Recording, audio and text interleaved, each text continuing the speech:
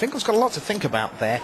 Pascoli, 2 games away from being a champion. Absolutely. It was interesting, I noticed when they were sideboarding that they were taking cards out of the sleeves from their main deck and putting the new sideboard cards in there. Some pros, tip for those watching at home, will keep their cards sideboarded in sleeves in their sideboard so that they can simply put them into the deck, shuffle it together, and not indicate how many cards they sided into the to the opponent. It's not as relevant and limited, but you could potentially board in 2 sleeve cards from the sideboard to make it look like you're boarding a bunch against your opponent and just take those cards back out as you look back through. Okay. Without them knowing. John, of course, on the play in this second game. Yeah, I mean, you've got to say what could be sweeter if you're going to win a Pro Tour. I mean, I'd just quite happily win a Pro Tour, but what could be better than, as you said, Bill, much earlier in the piece, to be, quote, the man who beat Finkel? Yep. It adds an air of considerable legitimacy to the young Mario Pascoli, simply because he's a name that a lot of people weren't familiar with, but you can't call him a no-name when he beats a guy like John Finkel in the finals. There's a discussion about mulliganing. Again, we got a great shot of Pascoli's opening hand. 2 mountains and 5 spells. It's low end against your deck. He says no good against your deck, and that's one of the other things. Mulligan shift, they're not just about I have 5 land 2 spells, or the other way around, or 1 and 6. There are times you keep 1 land and 6 spells if you're going to come screaming out the gate, stalwart into stalwart, into Gold Meadow Harrier or something. And just depending on the matchup, it completely changes just the subtlety of where the line comes for mulligans. Right, right. Absolutely well put, Rich. Thank you. Pascoli with a pen in his mouth. I don't know if that's a nervous tick of his or just something that he's accustomed to doing. I think it's kind of better when it's just in the mouth rather than sort of doing the whole dancing thing with the pen, almost like a poker chip, and you're just like, someone wants to reach out and just like place the hand on the table and say, stop it, stop it. All right. Game 2. No 1-drop from either player. Plains from Finkel, Mountain from Pascoli. Turn 2, Island for Finkel. Go. Skirmisher. Skirmisher giving itself +1/+1. Sure, he would have preferred to start on the gold medal stalwart, but keeping this hand, he was obviously happy with it. If this is a Firebelly changeling, John will be able to get in for free. There we go. Let's see what the 2-drop's going to be. Oh, no, it's the It's Banneret. the Bright Half Banneret. Could be a big play for the Italian player, just because it will allow him to get on the board with more creatures faster, but we'll have to see. In comes the Kinsbell Skirmisher. Your turn. Finkel passes the turn. Are we going to see an upkeep moment? We are indeed. There's Pestamite.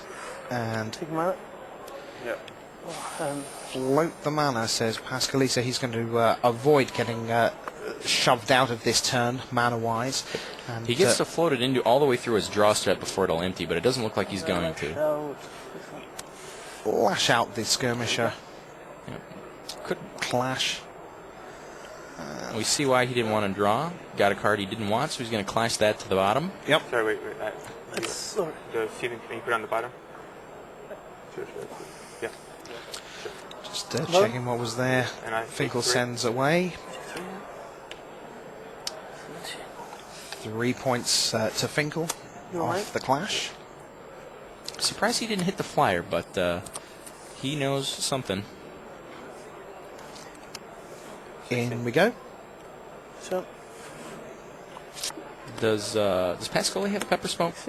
Yes, he does indeed. He's got Shard Volley, Pepper Smoke, and Tarfire all at 1. Okay, could be representing the Pepper Smoke then by lash outing on the 2/2 instead of the 2/1 that has evasion. Sure.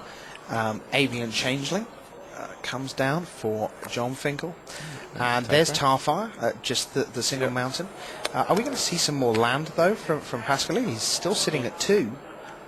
Even with the Bright Heart. There we are. Okay, that's a 3rd. And with the Banneret, things are looking much sweeter now. Comes the mountain and Firebelly Changeling. In Pascoli's defense, his opponent only has 1 plains and 3 islands. Islands, of course, he's only playing 5 in the whole deck. There's the second plains. in with the Pestamite. John would probably love to have Mole Drifter right now. We might. There it is. Oh, what a nice. great You play. called it. Absolutely. Retool, reload, another flyer. Little more pressure now for Pascoli. Such a great card. Mole Drifter was one of the universal considerations as first pick coming into this weekend, although I did talk to Jacob Van Loonen early on Friday, and he said Mole Drifter has lost a little bit of respect for him just because of the nature of the aggressive format. John Finkel, not afraid to shy away from drawing cards and getting a 2-2 for free. We'll see what the attack's going to be from the Italian player. Get in with the Fire Belly, which could potentially change for the Mole Drifter, but John quickly with the no block. Before damage. Before damage. Here. And there it is. Pepper Smoke, the Pestamite. Draw. John sends that packing. We get a draw, because of course the Shapeshifter triggers rather, the Pepper Smoke. Those count as a fairy. Yes, you want. And a goat, and a goblin, and a giant. Yep. Uh-oh, he's going to start unloading here. Sunflare Shaman He and is. Soul Ray Flamekin. Wow. That was red, well spent. 2. That Banneret's been rather fine this game. I drew for the Yeah.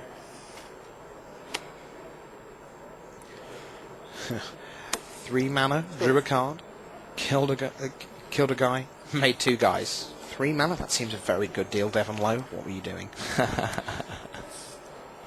Poor Devon gets blamed for everything. Oh, he loves it. So there's Kithkin Harbinger for John Finkel.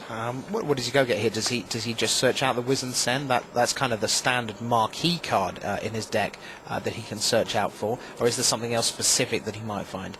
Looks like he's just checking his hand, but looks like he's going for the Send. Yep, there it is. Yep. To get ahead here, he's going to need some help because he could be on the back foot here pretty soon. I think he's going to follow up with the Kipkin Zephyronaut, which of course will hit for 4 next turn, and then 5 as he presumably plays the pre-combat Wisensen. But he's Also, still facing a pretty significant. Having said that, though, the Kithkin Harbinger has quite a body on him. It's very dull, but it starts off at 1-3. The Wizened Send would make it 2-4, and that is going to start eating through Pascoli's army if Pascoli comes in without tricks. Sure, but it can only eat so far because that Sunflare Shaman will munch it right back as soon as it's gone through a couple of troops. I wouldn't be surprised to see the Sunflare eat that Kithkin Zephyronaut, though. All right. A tentative attack step from Pascoli. Goes in with the Firebelly Changeling. No blocks. Pascoli has Makeshift Mannequin in hand. He has Shard Volley in hand. And one other spell. Shard Volley, not a great card to have right here, simply because he can't really afford to pay the resource of the land in order to get it in play. No, that's certainly true. And there's... If I had to guess, I'd say that's the Seething Pathways. Yes, it is. He's got a number of in Yes, it is. And there we are. He's going to go ahead and use the... Zephyronaut's gone. Yeah. Me too. I'm not sure if that play doesn't make John Finkel happy. Yeah, you don't want to make John Finkel happy. Not if you want to win. Yeah, no one wants to lose their little dragon there, but getting that removal spell out of the hand and putting his opponent down to 2 lands, pretty big play. Look to John, see what he's going to do. So this is the Send, presumably, so now we're at 2-4 for the Harbinger. So you going to get in with the Elemental, the Mole Drifter. Saunter across for a cheeky 2 through the air. Mole Drifter, what a great name. Whenever you open that card, you really do have to drift over whether or not you're going to mull, because you get the 3rd land you need. That thing's going to put you right to the gas that you need. Absolutely. So John passes the turn. He passes up the opportunity to go in with the Mole Drifter. Says, no, right now I'm kind of thinking a little bit of stabilization is the order of business. Are we going to see a 2-land opponent put John Finkel down 0-2 at the finals of a Pro Tour? Oh, wow. It's hard to know what the most amazing bit of that sentence would be. Yeah. John got a grip full of cards. Certainly got some action for his opponent. The thing is, although Mario doesn't have many cards, should he get the land in business, they are actually quite business spells. Yeah. He's got Shard Volley and Makeshift Mannequin in hand, we know.